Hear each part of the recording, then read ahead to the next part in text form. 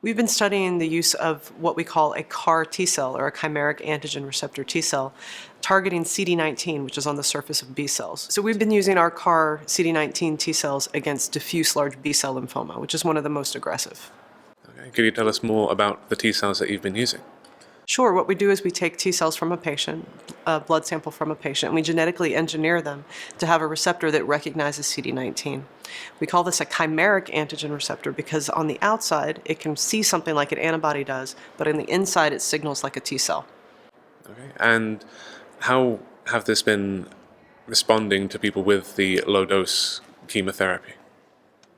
Published a trial in this about a year ago where we used high-dose chemotherapy. And so a lot of people said, well, maybe it's just the chemotherapy that you're giving that's affecting the lymphoma and not your cells. So we tried to do it with low-dose chemotherapy. We treated 22 patients with advanced lymphoma. 19 of those had diffuse large B-cell lymphoma. In that group, we had 12 responders. 9 of those were in the diffuse large B-cell group. The other 3 were patients with follicular lymphoma or mantle cell lymphoma. Were there any other associated markers with their response? We've studied a number of things, and it's difficult to say. We do know that IL-10 and IL-15 are 2 proteins that are elevated in patients who are responding. One of the things that we are seeing when we give these cells is that our patients tend to develop what we call neurotoxicities, which can range from anything from a mild confusion to difficulty finding words to an inability to speak. These are all very transient, and they go away within 2 weeks. So compared to the high-dose chemotherapy that you were initially trialing this against, how does this stack up overall as efficacy, as safety, as potential for further treatment?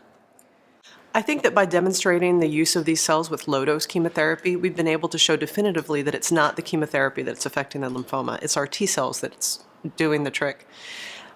What we see as far as the toxicities with the neurotoxicity, it's reversible. It can be treated, and the patients aren't experiencing any long-term problems. All of our patients that have CRs in the diffuse large B-cell population, they're all ongoing, anywhere from 6 to 20 months. So we think when we can make all of the lymphoma go away, it's a durable response. And how would you see this influencing standard of care for people with these lymphomas in the future?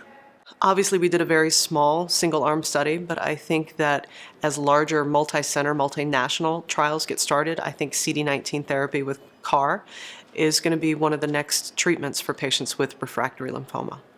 Are there any trials by name or by number that you know at the moment that you can report on? I know that our research collaborative partner, Kite Pharma, has a program going now with a product called KTEC19. That's going in the States and getting ready to start in Europe soon.